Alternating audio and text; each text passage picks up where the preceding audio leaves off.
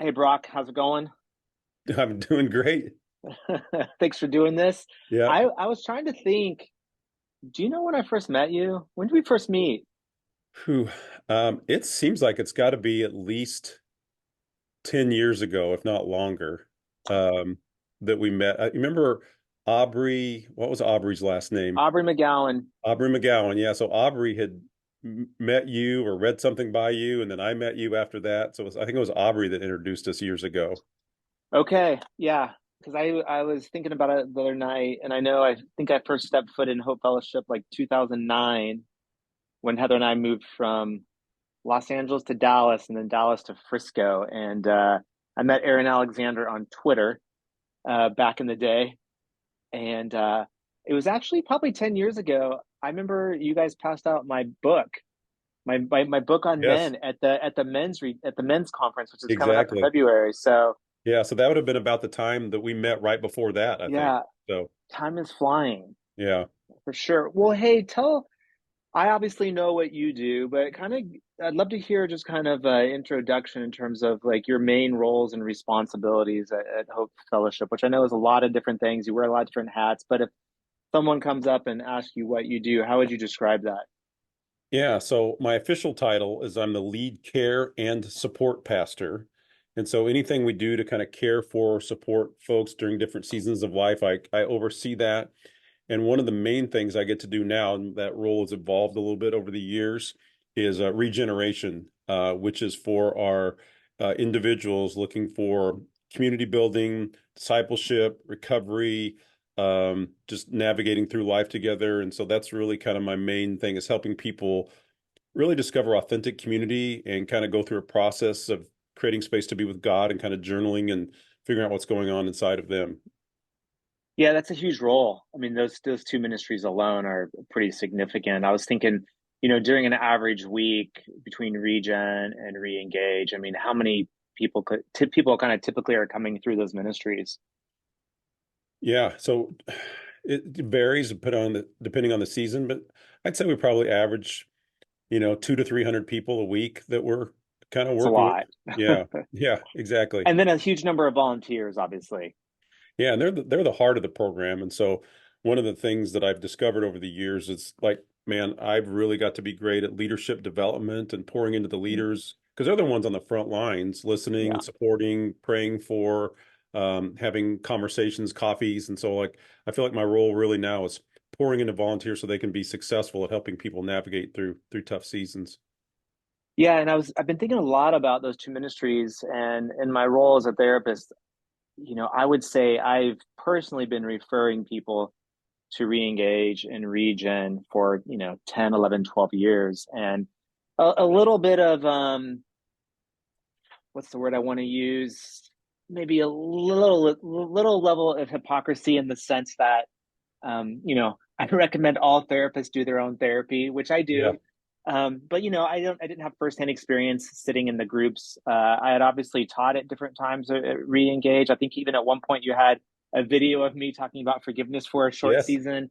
Yeah. I'm talking at ReGen, and then probably about 14 months ago, and I won't get into that whole story. We'll tell that another time. But in terms of my own life, found myself in a season where life was falling apart, didn't really know where to turn to. I had talked to some friends, shared my story. I had talked to you and Aaron and shared everything going on in my life. And I had decided to step foot myself in ReGen. It was a little complicated at first because my first couple of attempts at some churches in the area, specifically Hope and another church, I'd run into clients, and that's not that big of a deal. I don't mind if clients know my life. I just knew I didn't need to be a therapist. I needed to go in and do my own Right. work. So about 14 months ago, found myself in ReGen for the first time, and spent a year working through that. I was going to show all those workbooks. I don't have them in my office right now, but man, that was a. I'm just kind of rambling here, but that was a life transforming experience going through ReGen, and I'm just wondering, what do you tell people when they're like, why should I do ReGen? Yeah. What would be the purpose of getting into it? Why do a recovery ministry? Yeah. I think, and I've always been a huge fan of therapy, and I've talked many times about you kind of started me in my journey of finding some healing. So I'm always appreciative to you for that. But one of the things that I think that ReGen does that maybe adds to that experience is there's something about being in a vulnerable, honest community that's life-changing. Because I think you get to hear from others that you're not alone. Because oftentimes we feel like we're alone or our problems are unique or I'm especially weird or something like that with this problem. But sitting around hearing other people share their story, there's something incredibly therapeutic about that. And there's something about being with other people to know, hey, I'm here with you. So we're really trying to create a non-judgmental, non-shaming community where people can tell their stories and not feel isolated or perverted, but feel accepted and like, hey, I'm going to go on this journey with you. And there's just something about that community aspect. And the other thing that I love about ReGen is I'm always, if people were to ask me to define what it means to be in prayer, to spend time with God, I've always used the phrase, you need to create space to be with God. And that's kind of what it is. And I feel like ReGen, because there's daily work and journaling, it's helping people, giving them some navigation to create that space consistently to be with God. So authentic community and creating space to be with God, to explore Him, to explore what's going on in my own journey. I think there's nothing magic about that, but it's just a beautiful kind of orchestrated way to navigate through that, which I think is a very healing process. Do you get the sense that a lot of people just don't have community or people in their lives that they can talk to and feel like they're not alone? Yeah, especially, I mean, it feels like as I worked, primarily with guys, that most of us had no community whatsoever in the sense that there's Yeah. places we can feel like we're somewhat vulnerable, like, hey, I didn't read my Bible today, but, Yeah. but to say, hey, here's what's really going on deep in my soul. Here's some things that I'm not really proud of. And to have someone hear that from you and say, hey, you're okay. We're going to journey through this together. That's such a beautiful uh, atmosphere created for healing to take place. And I feel like most people probably don't have that. We have forms of community, but that authentic, spiritual, vulnerable community, I think most of us, from my experience, don't have that or don't even know where to start to find that. Yeah, because I was thinking about it. I feel like I have a lot of good friends, close friends. I feel like I have really good community, people who are there for me, but it's a whole other level to go to a group and admit openly all the things that you've dealt with or struggled with, and then wonder, will these people love and accept me? Yeah. You know, it's one thing to, yeah, have that when you're just hanging out with your buddies, riding your bicycle, or having dinner one night, but then to step in a community and say, okay, this is all of my stuff. Are you still going to want to hang out with me? Is pretty. It's a pretty frightening prospect. Yeah. And I don't want people to be, because like to me, years ago when I started this journey, to walk in someone and say, here's what's really going on in my life, couldn't have Yeah, been, and so that's one of the beautiful things I love about this process is we're not on any kind of timeline. You come in, you start building relationships. There's a relational equity that's being built. There's trust that's being built. And as time, we want you to feel comfortable. And leaders are hopefully modeling vulnerability. And here's what God has done in my life. And all that together could create this atmosphere where you would feel safe to say, hey, here's what's going on. And there's something about exposing that to the light that is just a really a freeing process, in my opinion, at least.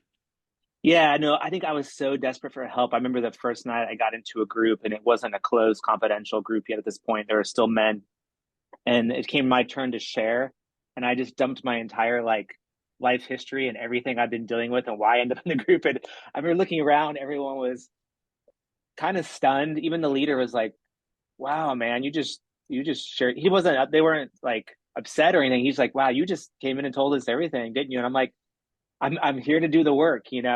But what I hear you saying is people come in. It has to feel like a safe place. Sometimes building safety and trust takes some time for you to start lowering the walls and feel like you can be open and vulnerable. And that could take weeks or months or even longer for some groups to develop. Yeah, exactly. Yeah, and like you said, there are some people that come in and just like, I'm ready. I'm kind of, we use a phrase all the time, kind of, I'm sick and tired of being sick and tired. And so they Yeah. come in and say, I'm ready to just kind of do something different and find a different path, and they're ready just to share right away. So just you gotta each person's a unique individual, so just kind of helping them navigate their journey with that is important. Yeah. describe to people like the actual program of ReGen. I think a lot of people know it's a recovery ministry that it's modeled in a lot of ways after AA's 12 steps and stuff. How if someone's out there listening and thinking, what does this even entail? What does it look like? How do you describe that? Yeah. I, we do a couple little elements throughout the night. So the first thing we do is that we meet at like 6:30 and literally go into this large group room. And we're really unique in the title. We call it large group. And we do a couple That's work. really innovative. It is, I'm kind of on the cutting edge when it comes to terms. Um, and we just do a couple worship songs, and the whole purpose of the worship songs is just kind of relax a little bit, and it kind of give us this sense that hey, there's a divine presence at work in our lives. God is bigger than our issues. And then typically what we do is we either do someone stands up and tells their story of how they've recovered in Christ, which can be anything from, hey, I was really struggling with alcohol or whatever it would be to, man, I've just been kind of depressed or lonely or whatever it would be. And they just tell their story. Because I really do believe that vulnerability is a pace setter. And so, like, right off the bat, they're hearing people say, here's my story, and just being open. And like, I've heard a lot of people say, like, I can't believe I walked in the doors of the church and someone said that Hmm. about their struggle with whatever it might be or just their hurts. And so we're just kind of joining together. And then people literally break off into groups. And so some groups will go and start working through the 12 steps that have been there for a while. If you're brand new, you'll go to a little orientation about how the program works. And then you'll be placed in a group called Groundwork, where there are books in there where you start just kind of tilling up the ground of your story and learning if this is a good process for you, learning kind of what this looks like, that daily time with God, that daily time of exploring in your own soul. And once you've been there for a little bit, feel like, hey, I like this, I want to continue on that process, you can say, hey, I'm ready for a step group. And once we get about 10 to 12 people together, we'll launch a step group and they start working through the actual 12 steps. And that'll be like a closed group where they'll just stay with that same community all the way through those 12 steps. Yeah, I remember like Richard Rohr's got this book about the 12 steps called Breathing Underwater. And he talks about how life, all these people meeting in groups in the basement. He's describing a basement underneath doing their work. It kind of essentially the spirit breathing life up into the church, and sometimes people, like you said, come into a church and they're not used to people talking that openly, but there's a lot of depth and a lot of life, it sounds like, Yeah. that is happening in these ReGen groups. Yeah. What do you what do you think is a key to, like, if someone wants to work on something and they get into this recovery group, what have you noticed is a key that kind of is um, critical in them committing to the process? Because a lot of people will show up, maybe go through a couple weeks and bail and not come back, or they'll have multiple false starts. What have you noticed is really the key to people like latching on and deciding to dig in and do the work? Yeah, like it feels like it really is people just like, hey, I've got to do something different. I'm kind of tired of my life the way it's been going. I'd like for it to have a different direction, and I'm just willing to do whatever it looks like. And then once they're in that process, it feels like that people are really that are saying, hey, I'm going to do the daily work. Um, and that's just that homework of just kind of that tilling up that ground is just so important. And another thing that I see people that really thrive in that is they're not worried about, hey, this guy or gal sitting next to me, they're not doing it right. They're not doing the homework the way they should. It's like you just kind of focus on your journey and what's going on in your heart and being there to support those people. But I see a lot of people like get caught up in like, hey, they're not doing the right things or they didn't share enough last week or whatever. It's like, hey, you got to let that go and just focus on your journey. And people that are willing to kind Yeah. of, do their own work, commit to the process and kind of just really saying, hey, I'm ready to do something different. Those are the folks that tend to get the most out of the program, in my opinion. Yeah, I was you know s- pleasantly surprised at how powerful the day, and I'm just kind of a type A, so I was the guy in the group who did the work every day. Like, I Yeah. didn't miss a day. If I missed a day, I felt a little bit disoriented and lost. So, it doesn't, there's some days it took 10 minutes to do the work, some days it took longer, obviously. I think it was helpful that I was obviously doing therapy as well and had done a lot of my own work, but I found that 10 minutes to 30 minutes every day really anchored my life in that season. And when I graduated, I actually felt a little bit lost in terms of I don't have this curriculum anymore. Like, what do I do to re-anchor my life to some kind of healthy rhythm? I don't know if you ever hear that, but for me, that was my experience. I like so powerful the day to day work, and then after it was over, I'm like, what do I do with this time that I don't have anymore? Yeah, I agree. And that seems to happen a lot. I always think of like, when I was going to either physical therapy or the gym and they go in, they have a workout ready for you. Yeah, It was so easy. Then all of a sudden, like, all right, you're done. right, You can work out on your own. I'd walk around like, okay, what am I doing today? It felt a little disorienting, and I hear that a lot. And so we're trying to create some next steps that are kind of right. can help people ease into that transition a little bit, but that's legit. So that happens a lot. Can you, even though there's 12 steps, you don't have to mention each one. Can you kind of like quantify just their rhythm, like kind of how they're categorized and what a person's moving through if they're wanting to like work on themselves and go through like a recovery? What's like the rhythm Yeah. and the themes that capture? I think if I were to summarize it, pretty succinctly, it feels like the first little bit is just realizing that God can play a role in our Mm, healing, and realizing He cares and He has the power to do something about that role.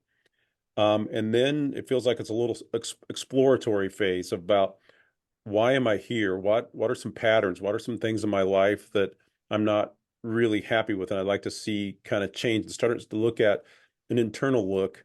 And then it feels like it kind of as we're doing that, we find some healing there. Now it's like, okay, how do we continue to keep that going, and how can we be a part of not only our healing, but looking beyond ourselves, lifting our heads up to the world around us and start to share that with others. So it feels like it's a explore with me and God phase a little bit, explore what's yeah, going on inside of me a little bit, and then how do I continue this and how do I help others? That seems to be a 20,000 foot view yeah. No, of things. I like that. I think yeah, no, that's a really like beautiful way to describe it. And I think one of the most powerful pieces that I want to ask you about is the later steps in terms of the amends process and taking what you've learned about yourself and taking ownership of things and choices you've made and realizing the impact and the hurt that you've caused people, and then having to go out and um, where it's possible and where it's not going Yeah. to cause harm to talk to people and communicate and ask for forgiveness. I was just wondering if you could just speak to um, that piece of ReGen and why that is so powerful, you think, in the healing for people. Yeah, and I think sometimes when people hear that just off the bat, they get pretty freaked out. Like, you mean I have to go? Yeah, But I was like, freaked out. yeah, but like kind of once you're there and you've been through some healing and you kind of understand yourself, it's not as scary. Just the thought of like, hey, I can think about some people maybe that I've hurt either intentionally or unintentionally, because I know for me, it's like I think I hurt a lot of people for a long time because I was trying to protect myself from negative emotions. Um, and I remember one time years ago, you probably don't even remember this, that you were talking to me once and you asked me, how do I feel? I said, mad. And you had to give me a chart with the different emotions so I could pick one. And Yeah, just to get a little deeper below the surface of yeah, mad. yeah, that's all I had was mad. And so, but just even realizing in that, hey, either intentionally or unintentionally, I may have hurt some people, and realizing part of the process is me trying to bring healing to other people. And there's something powerful and humbling and beautiful and spiritual about going to someone and saying, hey, I'm sorry that I did this, or I'm sorry for that action, or hey, I don't know. It just feels like in your forgiveness video that you shot years and years ago, Loved. you Yeah. said in there like forgiveness is sometimes it's more about me than it is about the other people, and feeling like I can go and find some relief that I've got rid of this burden and actually told people that I'm sorry, so I don't have to carry around this internal guilt or whatever it might be. And so there's something freeing about that, just to be able to say I'm sorry. Man, am I alone in the fact that sometimes you look back at things you've taught and things you've said and things you've preached, like, I'd like to go back and redo that based on what I've learned since then? Yes, very much all the time, actually. Yeah. Oh, the whole forgiveness process. Yeah. I want to read you a quote, and it's actually, you've probably heard this quote. It's by Tim Keller. And I'm mentioning this quote just because it reminded me, I think, of what I experienced in going through this process of regen. And Tim Keller says, to to be loved but not known is comforting but superficial. To be known and not loved is our greatest fear. But to be fully known and truly loved is, well, a lot like being loved by God. It is what we need more than anything. It liberates us from pretense, humbles us out of self righteousness, and fortifies us for any difficulty that life can throw at us. And I was just, yeah, there's nothing like in a, I guess, a group to put yourself out there and to experience both being fully known, because I know everything now, or at least a large part of your life, and to then be loved by them and accepted. Yeah. Like I don't know if you can experience that in many other areas of your life, to be fully known and loved. Yeah, man, that I haven't heard that quote in a long time, but as you were reading it, I'm like, oh my gosh, I'll I have my send new, it to you. yeah, I have my new quote for regeneration there, because that's exactly what we're trying to do, is just create this environment where people can really not feel judged, but just to be heard and know that we all have our own stories, our own journeys, and we're just going to love each other and support each other through that. And also reminding people that this is, because oftentimes, I mean, when I was a young Christian, I felt like when I made mistakes, it's like I felt like God had this hammer, was getting ready to bop me on the head every time I made mistakes. Yeah, And to hear in this group that, hey, God loves you, and I've been doing ministry long enough where I can't really hear too many things that shock me anymore, and just to be yeah. able to have someone lovingly look in your eyes and say, it's okay. We're going to get through this together. You can't outdistance God's love. We're just going to keep journeying this together. There's something freeing about that. Sometimes we can think that intellectually, but to then experience it, it can have an Oh overwhelming yeah. effect. I got to give my brother-in-law, Drew Sams, who's the pastor out in Los Angeles. The day after my life was kind of a mess, and I'm not trying to be intentionally, um, what's the word? In a not whoever's listening, not being in the dark about this, but what I'm realizing as part of my own recovery, that there are other people involved. I have a family and wife and kids, and so I've kind of learned the importance of, um, there's a difference between being secret and being private about a matter, right? I've not been secret. I've told a lot of people, a lot about my life. In fact, during the whole regen process, I sat down one on one with over 80 people and and shared my own journey. But I've also learned the importance of privacy, and my story is not everybody's story, and trying to think through that. Maybe one day I'll share more. But back to my brother-in-law, when I told him, he quoted me, that Tim Keller, and he said, well, he's like, well, now you can be both known and loved. And I Wow. was like, yeah, that's what I was crying when I read that. I'm like, wow, like that, to feel both of those. And I think you're right. People come into Regen with a story, and you've heard some pretty horrific stuff, I know, as I have too. And I think people who share those stories think, oh, if I share this, nobody will love me, or they'll think I'm crazy. And that doesn't seem to be your experience or my experience in recovery. When people share, it seems to be the opposite. Oh yeah. It's almost like it's a little bit of a key to life and to good community, is that key of vulnerability. Because we think if I share, people are going to reject me. But what happens is when we turn that key, it's almost like people are drawn to us and they care Yeah. about us even more, and they're more compassionate, more forgiving, more gracious. And then therefore, in turn, it allows us then to do that to other people. And so we become more humble and kind and gracious, because we know that, hey, the grace that was given me as I shared my story, it's like we all of a sudden see humanity through a little bit more of a compassionate eye than we did before, even. So it seems to be this well-rounded thing that takes place. And we do always feel so bad about the private things that we're ashamed of. But um, man, there's true healing in just having someone look you in the eye and say, God forgives you. I love you. I'm going to be here on this journey with you. It's a incredibly freeing experience. Yeah. And I think, we talk a lot about vulnerability in our culture and ministries and churches. And I think there's a difference between vulnerability that's not really vulnerability, but it looks like it's disguised as vulnerability. I'm being open, and I'm really I'm but it's not. It's a false vulnerability dressed up as something else. And but when you get into recovery ministry and you're behind the scenes, you can it the differentiation is very clear. I guess is what I'm trying to say. Of like, this is complete vulnerability. It's a falling apart of my life that I can't dress it up as anything else. I don't know if that makes sense, Yes. but it for me, just being in, behind the scenes and as a therapist and you in pastoral care and then being in recovery, you get a true sense, I think, of what vulnerability is. And vulnerability is usually something that we are out of control in terms of it. It just kind of happens. I'm not in control of how I want to show up. It just spills out almost. Yeah. And it's almost, I know when I was a young pastor, I was almost taught, hey, don't be super vulnerable because the congregation won't believe in you because you haven't figured it all out. And so that was kind of my MO for a lot Ah, of years. And now I feel like it's just the opposite. We have like a BS meter when someone's kind of giving us false vulnerability. And now we're like, when people are really vulnerable, we're almost drawn to them. Like I can trust this person because I know they're being real with me and authentic. And that's a value that seems to be uh, highly appreciated. I'm glad it's moved to that direction for me, at least in ministry.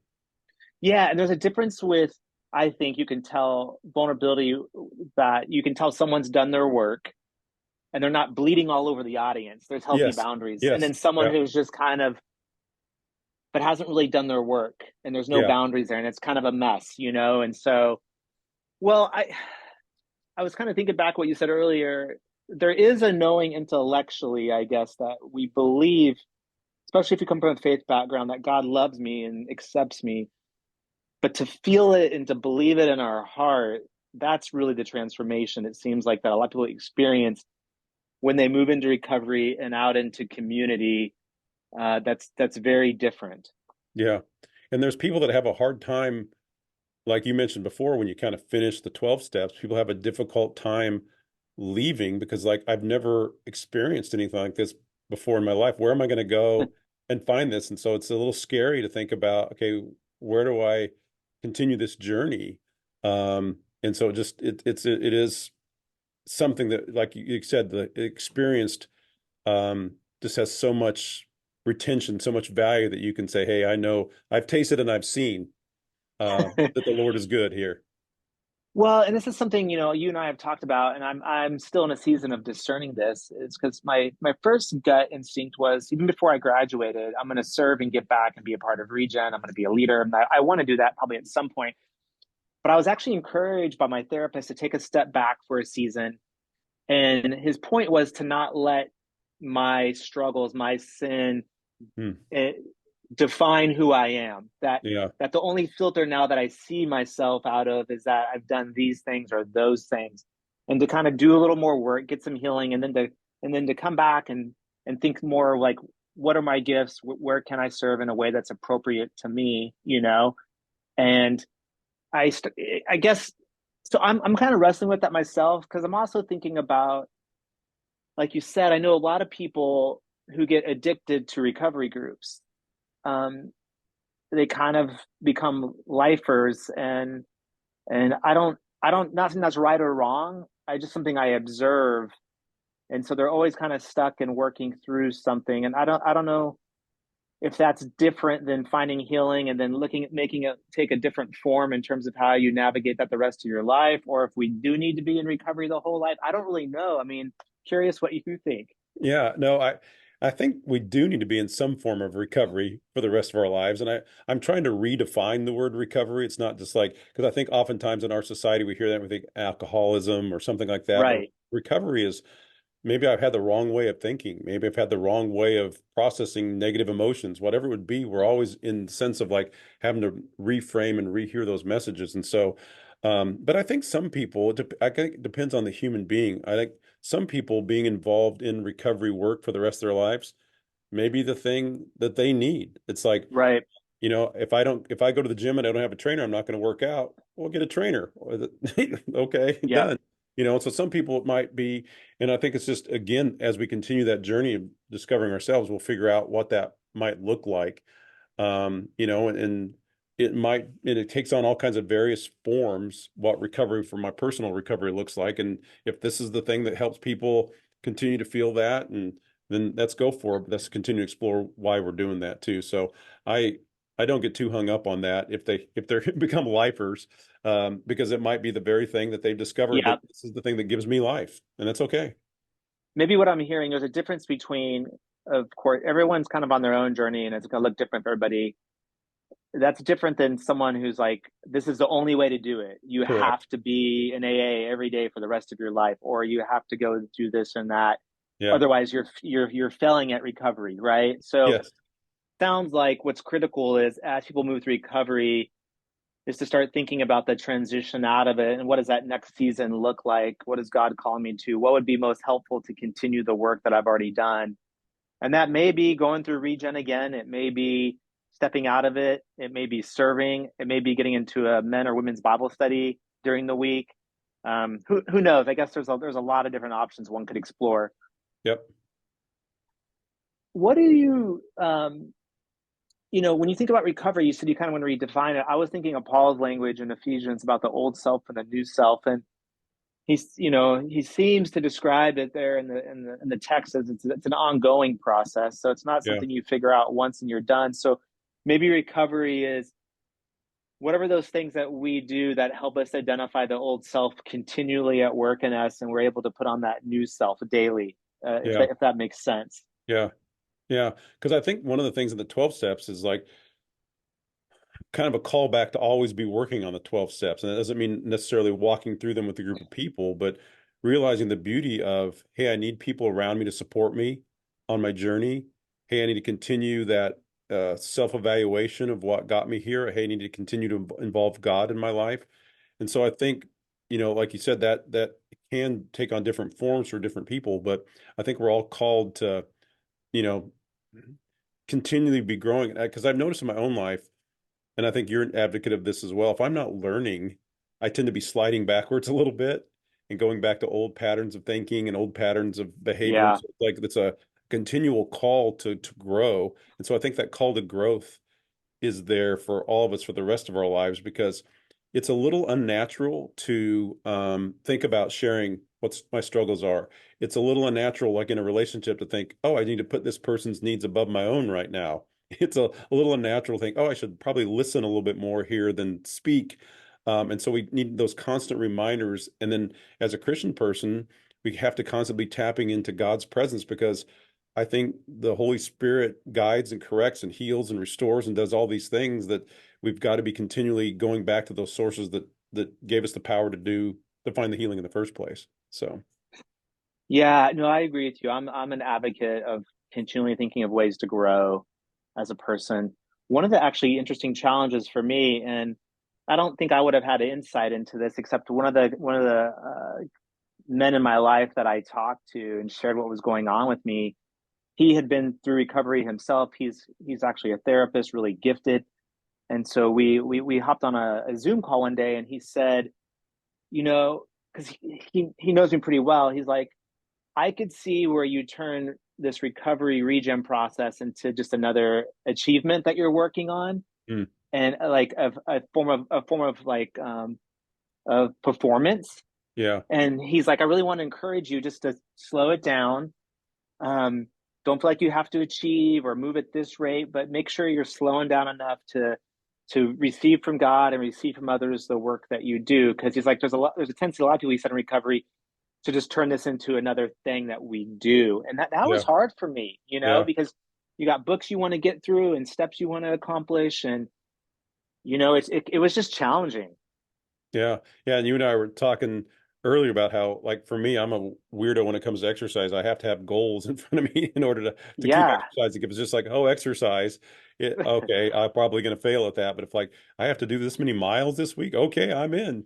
And so I Yep. think and that's part of that continual process of figuring out why I need to do what we need to do, and not doing it because I need to perform for God or perform for, so others will think well of me. So I think it's just that continual process of being involved in the healing journey to figure out what they are. And sometimes I call it, I don't know if this is a good idea. You can correct me if this is wrong, but it's like, I feel like sometimes when people finish recovery, I call it like they're in the sophomore jinx. Mm, Because they like this worked for me, this will work for you. You do these three things, and you're going to be fine, just like me. Because it's like yeah. it's here, it's up in the mind, but it has to kind of travel a little bit to the inner core of who we are. Like, oh, it's not just necessarily this; it's these principles and these ideas, and it's not necessarily this specific layout or something like that. So it's almost like we can get a little that sophomore jinx where we think we know it all, and then we start to experience life a little bit like, oh, I guess I didn't know everything. And I think that's kind of a continual process for all of us too. Yeah, no, guilty, I think. I mean, it's there's a lot of memes online about, I'm sure this happens for cyclists too, but there's a lot of memes online about, if someone's training for a race, it's like everywhere they go, they're talking about their race and training, and just people are tired of it. Yeah. So I probably talked about regen a lot to everybody in my life, and they may have got tired of it.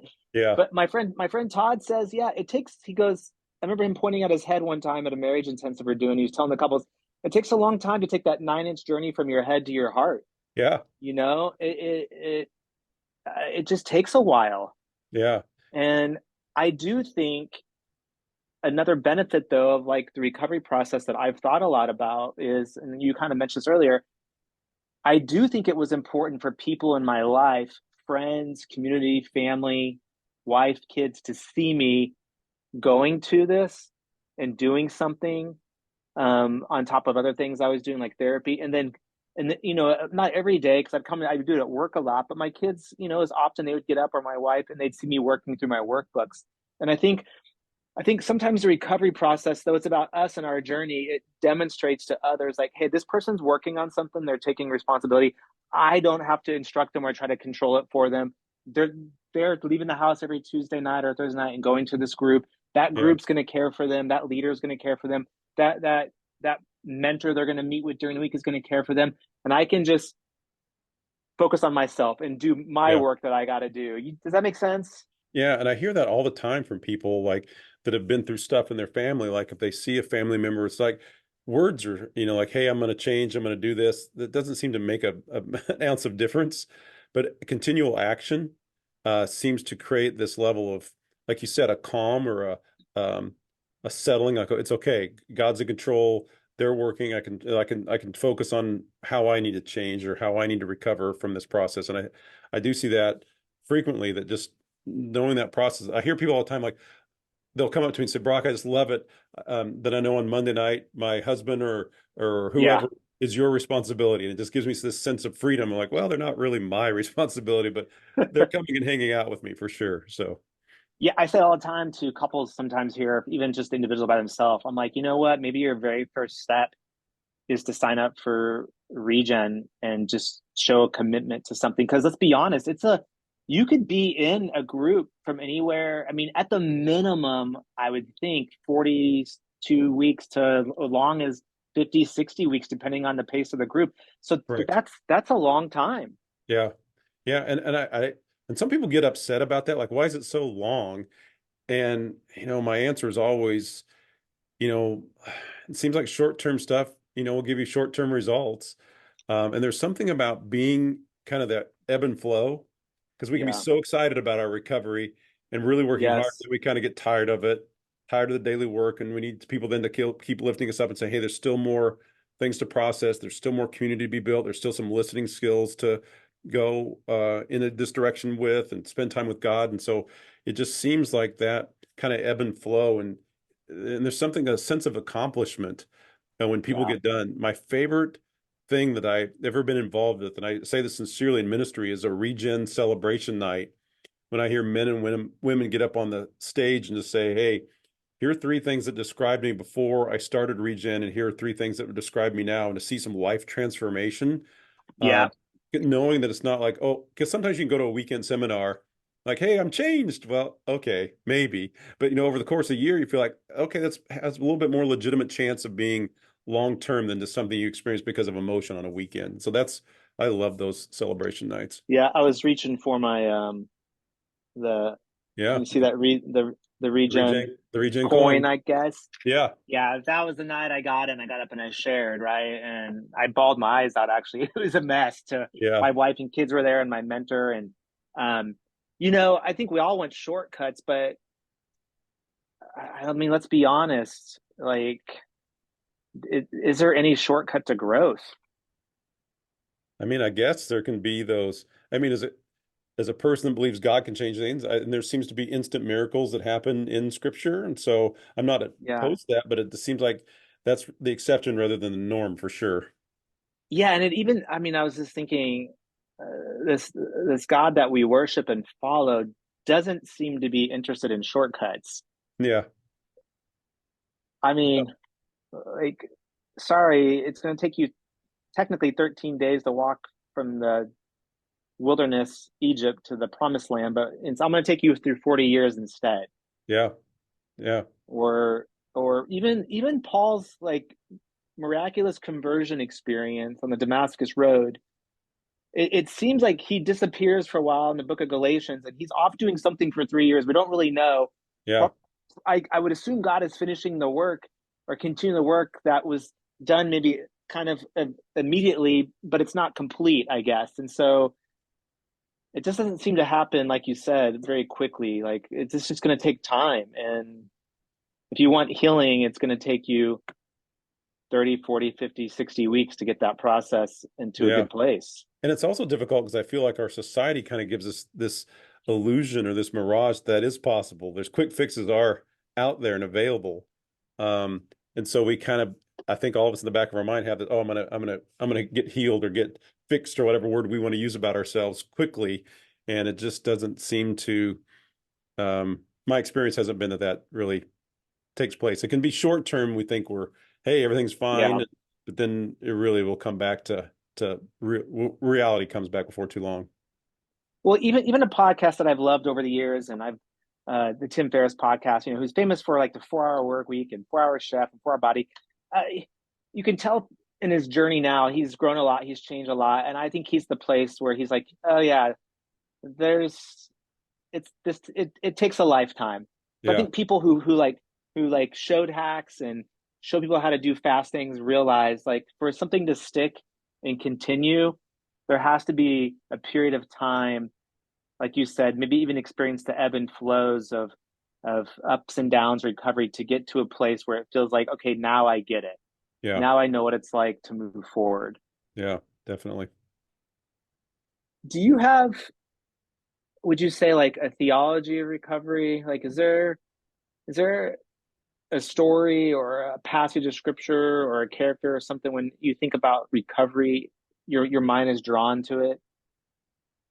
Yeah, that's a solid question. I know you and I have talked about this before, and I, ultimately, I just think about not so much a story or but a concept or an idea that's Yeah, always been available in Scripture, which is that of sanctification. And that as I understand, I did a little Greek, not much, 3 semesters back in seminary, and so I've forgotten probably yeah. more than anything. But one of my You and I are that. I guess that makes you and I dangerous as scholars, right? We both have about the same exactly, amount of Greek. exactly. Um, and so one of the things that I do remember about, I can't even remember the verb tense it was, but often it would talk about it was used when it was referring to salvation. That you could see this starting point, but there Hmm. was also this idea of continuation. Like to say that you're saved is beautiful in aorist tense that it took place, but it also was continuing. And I think the Yeah, same thing with the sanctification that like, hey, there's a start process where the Holy Spirit's working in our lives, but like this is a lifelong trusting in the Holy Spirit, trusting in the community around us to get to this point where we are growing in our relationship of loving others well and loving God well. And so I just continually think of that idea of this is a beautiful piece of sanctification where we're helping each other and relying upon God to be the kind of people that maybe we envisioned we'd like to be, or God kind of maybe has hopes and dreams for us to be. And so just I think of that concept all the time, like, hey, the process has begun and now it's going to continue. And we're kind of putting some pieces around to help you continue by the daily work, by being with other people, by being an honest community, by being inspired by other stories and teachings from the scripture. So I kind of think that concept is more probably my yeah, theology of recovery. it's a good one. I think I think that's really good. I'm impressed that you remember the aorist tense. Yeah, that's the Yeah. yeah, futurist tense, aorist, and that's about all I got for Greek. So Yeah. Well, and that's what I was saying, the old stuff and new stuff. It seems to be an ongoing action there in the Greek. It's not like, okay, now we're to daily pick up our cross. We're to daily do these things. yeah, yeah, I was thinking a couple of stories I was thinking about the last year. My dad had sent me a passage of scripture just to encourage me in my journey. And it was the one where um, the guy who's laying in the house, on the cot essentially, and Jesus is in the house and it's so crowded. And so his friends carry him and they put a hole in the roof and then they lower him down, right? yeah, And the scripture says, and you're essentially your friend's faith, it's your friend's faith who made you well. And my dad's point was he was impressed with the amount of friends in my life who were walking with me on this journey, and that the critical role of that in my recovery wasn't just the work I was doing, it was the people in our lives that were participating in that, whether they were there in the recovery group themselves or they just knew who we were and were praying for us and were breaking bread with us outside of the recovery group. I mean, I can't overlook that, the significance of the people around you as part of the healing process that aren't even necessarily in the whole like ReGen group itself. yeah. No, I agree wholeheartedly. It's and that's a lesson that I feel like I've recently kind of had to revisit. So I tend to have this when it comes to finances, kind of like the sky is falling when things start to, like the heater doesn't kick on just right. Oh, it's out. It's like I get overwhelmed with that. And so Catastrophic thinking. catastrophic thinking, yes. And so over the break, there were some things that had happened. And, I felt like, man, I'm really doing good. Like anxiety, man, I'm really doing a lot of good recovery work in this. And then there were some things that happened and I was getting overwhelmed where I was like, I could feel myself getting grumpy, feel myself kind of like questioning God, kind of throwing my hands up. And I started to get really hard on myself, like, man, I've done so much work on this. Why am I struggling so hard with this right now? And I met a friend for coffee, and he's just such a good friend in the sense that he's a great listener, doesn't really try to give a lot of advice, but he's one of those guys that just you can tell when he's looking at you like, man, I'm sorry this is happening, and uh, and just to hear him say, hey, I'm going to pray with you that God's going to have some faith, and just in that moment, I realized how vital it is to have that. Like sometimes we can't do recovery by ourselves; we have to have other people to lift our Yeah, arms up, and so yeah. that moment with him in the coffee shop was the moment where like, okay, I'm going to be okay. I'm going to make it. God's still with me. I can trust him.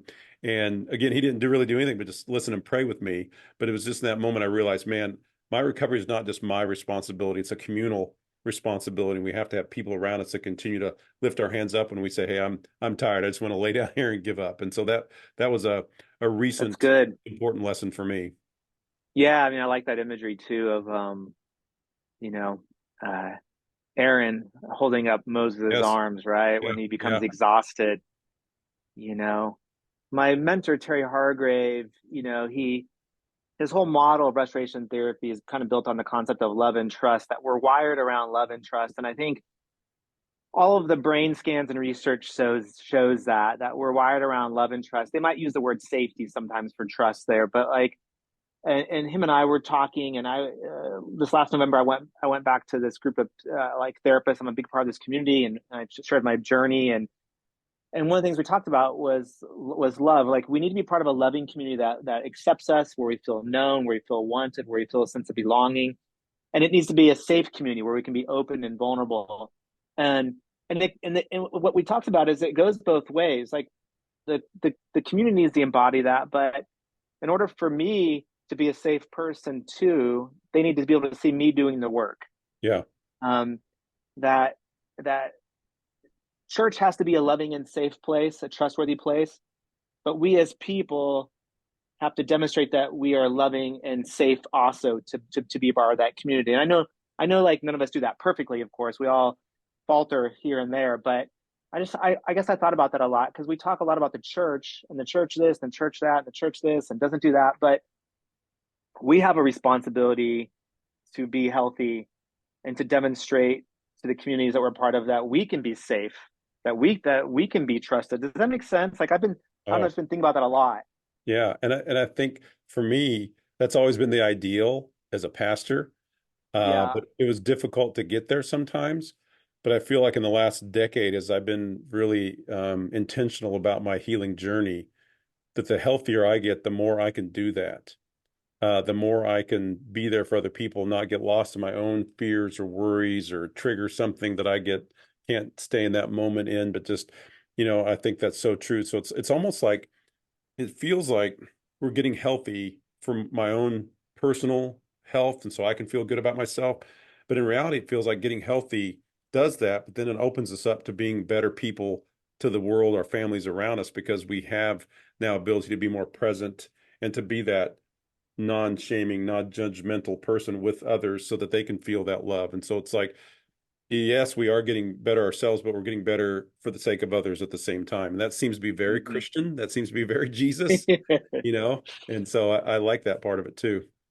Well, and one thing I think this whole recovery process has taught me is the process of ongoing amends. And so honestly, there's very few days that pass right now where I don't recognize something new that I have to take responsibility for, and I need to go communicate that to my daughter or my son or my wife or friends, or maybe it's not about someone else, but it's about my own journey. But like it this journey, and maybe that's why it takes so long, maybe that's why it's so powerful to be in this group for a year, is that it kind of wires the brain around constantly thinking about the ways that we need to own things and take responsibility and constantly seeing them pop up in our lives. And I don't know. I mean, I don't know where to go with that, except that that's a new experience, I think, is that the level and depth of understanding that is continuing to take place that was started by ReGen Hmm. is pretty powerful.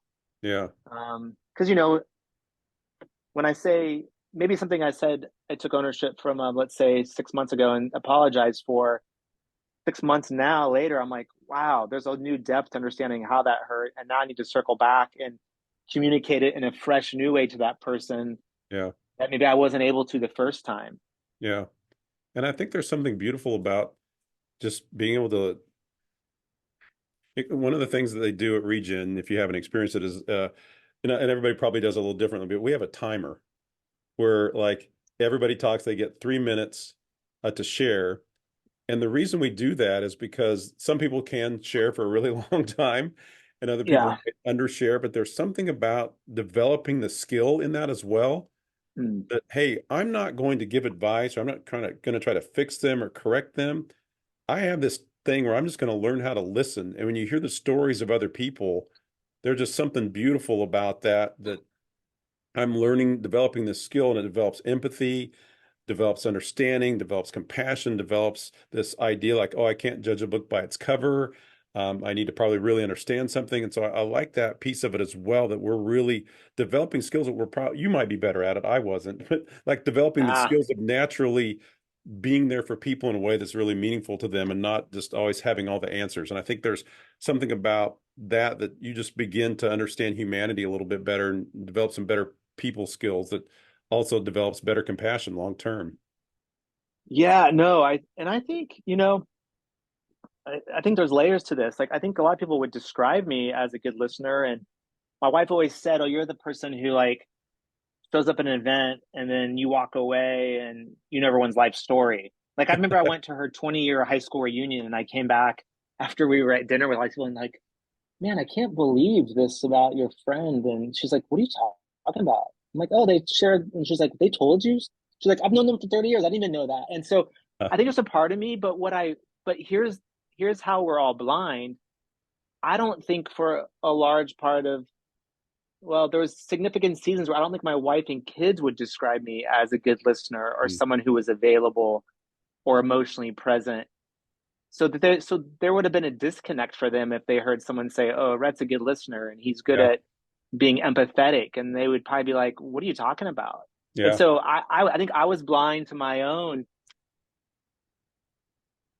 sense of awareness of how I showed up in my own life, especially those closest to me. And I think maybe the recovery process of, like you said, getting into a group and having to slow down and listen to lots of people's stories and share your own teaches you some skills that maybe none of us really have, or at least teach us skills that we don't have in every relationship.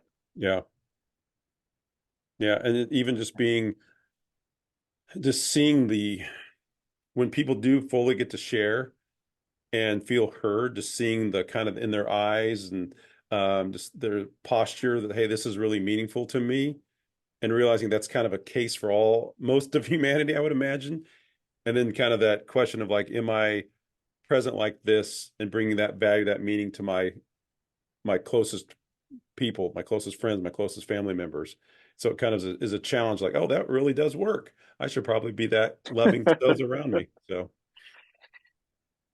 Yeah, and there's just, man, it gives you, there are some people who show up in ReGen who have some horrendous stories, and you can hear those and you can kind of minimize your own story sometimes. And what I've found is that every story is powerful. Everyone has experienced trauma at some level, whether they define it as capital T or lower T. We've all experienced, yeah, but I think just hearing too the variety of stories is really eye-opening to realize there is a world outside of us that people experience, and to also hear people get up. When I was in step one and to hear someone who graduated their story, I was like, oh, I can do this. yeah, Like I can get through this. To me, that was really powerful too, to also to see their testimony and to see that they went through this process of restoration through ReGen when I was struggling in the first week to wondering if my life could be transformed. yeah, yeah. And that's why I've often called ReGen ministry for the people by the people. Because it's like, here's real life stories. We're not trying to sugarcoat it or oversell it. It's like, here's just people telling their stories, and they're going to help you in your story. And that's, again, nothing magical. We don't have a secret formula. It's just community, spending time with God, supporting each other. And God likes to work in those circumstances. It can bring some healing, and even getting rid of the shame. Like, you get done and you don't feel better. That's okay. We're just going to Yeah. keep. It's like I always describe it as like a food allergy. We're going to keep working until we find the thing that really is causing the issue. We're just going to keep working. We're not done. This is not a end all process. It's a journey we've embarked on together. Yeah, and let's be honest, we tend to sanitize the Bible stories themselves either. I'm deep right now in Genesis, Exodus, and I'm like, wait a second, I must have missed that the first couple of readings. They don't really put those on the flannel graphs as kids, and if you want to talk about gritty, gnarly stories, I Yeah, mean, what you hear in ReGen, I think, is found all over the Bible. yeah, Um, I was going to ask you, and we'll wrap up here shortly. It's kind of it's segue a little bit, but and I'll what you and I will circle back at some point because I want to dive into this. But before we got on, I shared, at this point, my wife and I are going to do the re-engage ministry, which again is something I've been on the periphery of for a long time, and I've spoken in it, but not actually gone in it myself. And even though one is about marriage and one is an individual work, what where do you think there's overlap, and then what do you think makes them completely different from each other, besides some of the obvious stuff? yeah. I think one of the things that I hear from couples all the time and people all the time is like, ReGen was easier because I was just worried about how I controlled things, how I did things. And now all of Uh-huh. a sudden I have this other factor that may not be responding the way I want them to respond all the time. Or like, hey, didn't you learn that principle? Why are you acting this way? And so it's like there's another variable involved in Yeah. it. Yep. But I think Relational dynamic. relational dynamics, yes. And so, but I think people ask me all the time, should I do ReGen first or should I do re-engage first? And I don't know if I have a good answer to that because I've worked with some couples that have done re-engage, and like they're like, okay, I've discovered, I've got some work to do. So I need to go do that. And they wouldn't have walked in the door by themselves, or they had that discovery moment, that epiphany moment they wouldn't have had. And so they go back and kind of do some work. Or there's some people that are like, man, I've been doing work on myself and I'm ready now to learn how to bring that work together with my spouse and for us to grow Yeah. together. And so I think just start wherever you guys want to start? I mean, if somebody wants to do re-engage and start working as a couple, and you get in there and realize, okay, we need to do some individual work, not a big deal to go to ReGen or just vice versa. But I think the overlap is it's a very similar format. And the overlap is ultimately, I think, in re-engage, we're working on, I can't control my spouse's behavior. And so I'm really going back and looking at me and how I'm communicating, how I'm arguing, how I'm responding, and kind of doing some work there so that I can be more present with my spouse. And I think sometimes too, it is easier maybe to get to, especially in the beginning, get to re-engage when you have your spouse saying, no, we're going tonight. Whereas ReGen, you kind of have your own choices to make. And so, but they're both beautiful programs. And I Yeah. really, I say this with all sincerity, re-engage was definitely a game changer for my wife and I. We Mhm. were not good communicators, and just learning to sit in that group and hear the stories of others and realize we're not alone, and hearing other women talk about things, I'm like, oh no, I'm doing that. And that's causing some pain in my wife. And then really listening to my wife's story. And I think both of us just weren't really heard, because we get so, like, I've never been able to handle negative emotions super well. So if I felt like she was attacking me, I'd just check out real quick. But then just sit there in that moment, just really hear her develop compassion and empathy, like, oh, this is really important for her. And so I think, I couldn't give it a higher endorsement, because of Yeah. what it did for me and my wife, at least anyway, and what I've seen it do for a lot of couples. And again, it's not perfect for everybody. It's not the end all be all, but it was a great piece of the process for us for sure. Yeah, it's as you were sharing, I was thinking it's not unlike therapy in the sense of sometimes I'll have a couple end up in my office first, and as we're doing the work, we realize, you know what, I think you need to go do some individual work Yeah. first because they haven't done enough individual deep work to actually move forward in the relationship, right? To identify their own issues, take responsibility for them, to undo some of the patterns. And so I might refer them to individual work. And then sometimes I'm with an individual and they've done a lot of deep work. And I'm like, but you're going to go home into a relational system. And so we need to involve your spouse now, or Yeah. we need to do marriage work. And Yeah. so we all come in at different entry points, and maybe going wherever we feel the energy or motivation to attend is the most important. Yeah. But That's a I good way to think put what it. I'm hearing, I would be an advocate of, and I think I'll say that after we finish re-engage too, is that, man, if you can do both, you've really done some significant work. If you can go through a season of regen and a season of re-engage, if you're in a relationship, um, that would be really awesome. Yeah. And re-engage too. Some people hear that, oh, I'll be in regeneration for 10 months or a year. I can't do that. But where re-engage is more like a 4 or 5 month Yeah. process, which still seems like a lengthy time to people, but maybe they're not willing to go, hey, a year, but like, I'll try this. And they get in there and like, okay, this is good stuff. Because once you kind of get in that world a little bit of like working on yourself, it's like this is kind of nice. I wish I would have done this sooner. Like, why didn't I jump into this world quicker than I did? And so just whatever entry point, like you said, and where we have the energy, that's a good place to start. Well, and I think you've even shortened, right? I think Reengage has shortened a couple of weeks over the years too, in terms of the commitment. They've tried to, I think, make it more conducive to Yeah. couples as well. Yeah. The it's like when you get into that final group, it used to be a 16-week book, and now it's 14 weeks. And so they have reduced it by a couple weeks and combined some of the lessons. But, from the newcomer's night to kind of going through like learning the process, it's a good 4 months, probably 4 or 5 months that you're there. Yeah. So, What are you, in your role? We've obviously talked about regen and re-engage. I mean, what are you most excited about? What do you get really passionate about doing in the role that you're in? yeah, I think right now, to me, it feels like my passion is creating the right culture for the ministry to take place at the church, at Hope Fellowship. Meaning like things like, hey, I used to have this idea that real great ministry was lecturing people and telling them what to do, to helping volunteer leaders and people understand one of the best things I can do is listen and pray. And here's what I do in these moments, and just creating culture of what it means to really play our part. We're not professional therapists here. We don't have our master's degrees. We're not people ready to diagnose what's going on. but we can play a role which we can really provide that non-judgmental, non-shaming community. We can listen to people well, let them know we're with them and pray for them. And if we can do those things and I can create that culture, I feel like that really gives us a part to play. And plus, it takes all the pressure off because I don't have to have all the answers.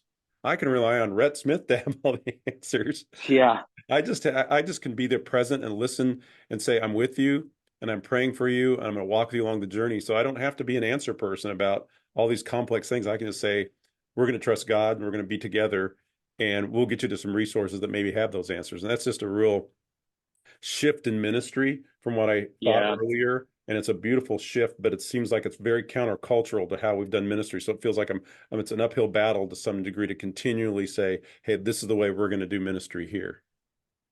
I may have to do something with our ages as you and I mature. I'll Yes. realize like I can't do everything, and No. I'm more quick this season live to say, that's not my specialty. I'm not really good at that. I think here's another person who's really good at this. Yeah. You should go see them. Where before I felt like inadequate if I couldn't do it all. Heck yeah. Yeah.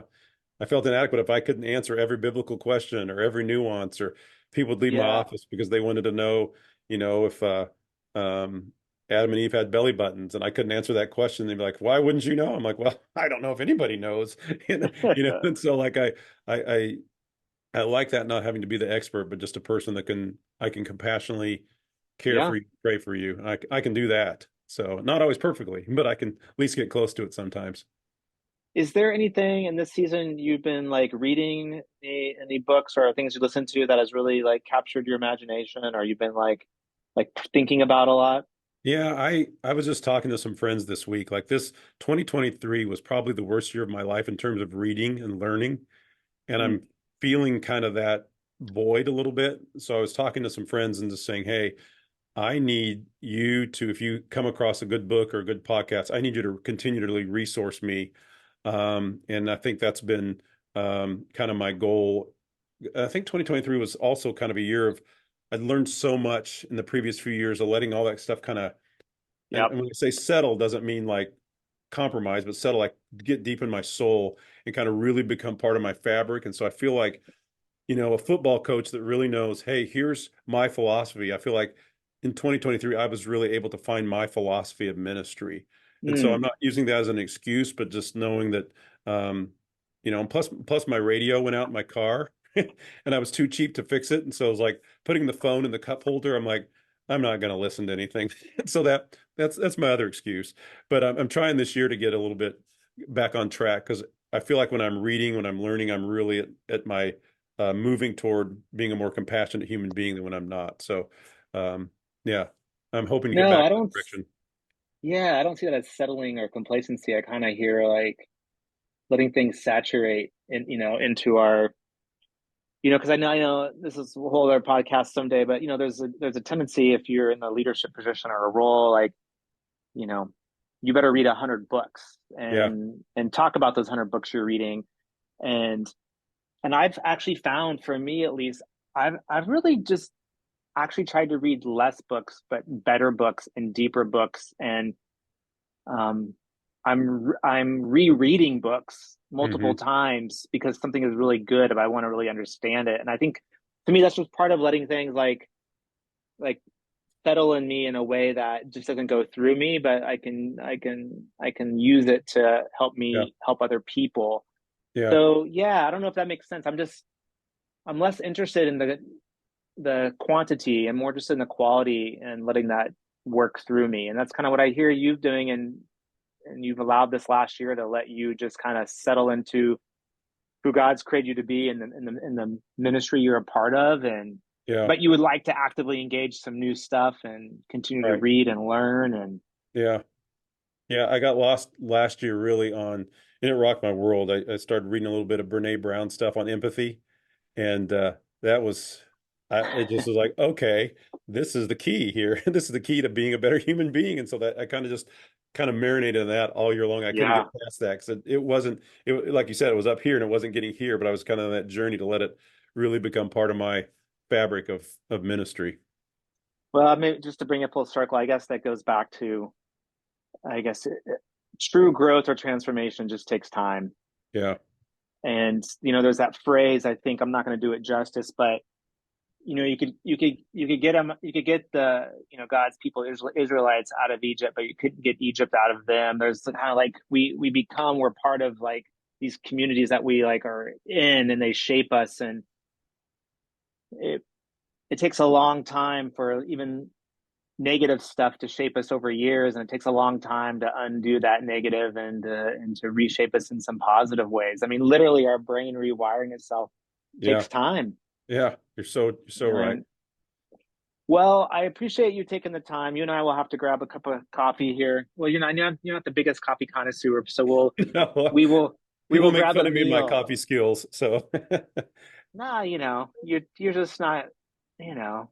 What'd you tell me one time? I think you're as happy with Circle K coffee on the corner as you are with like the really fancy coffees. So I am I did too. So I didn't want to admit that publicly, but yes, it's out there now. So yeah, we don't want any of your coworkers to hear us, no, you and I, sitting around a coffee around 7-Eleven talking about no, theology. So no, not at all. well, hey man, I appreciate you. Look forward to talking more and catching up. And again, appreciate you and the ministry you do. Yeah, vice versa. Thanks, Red. I appreciate your time and your friendship for sure. Thanks, man. See you later.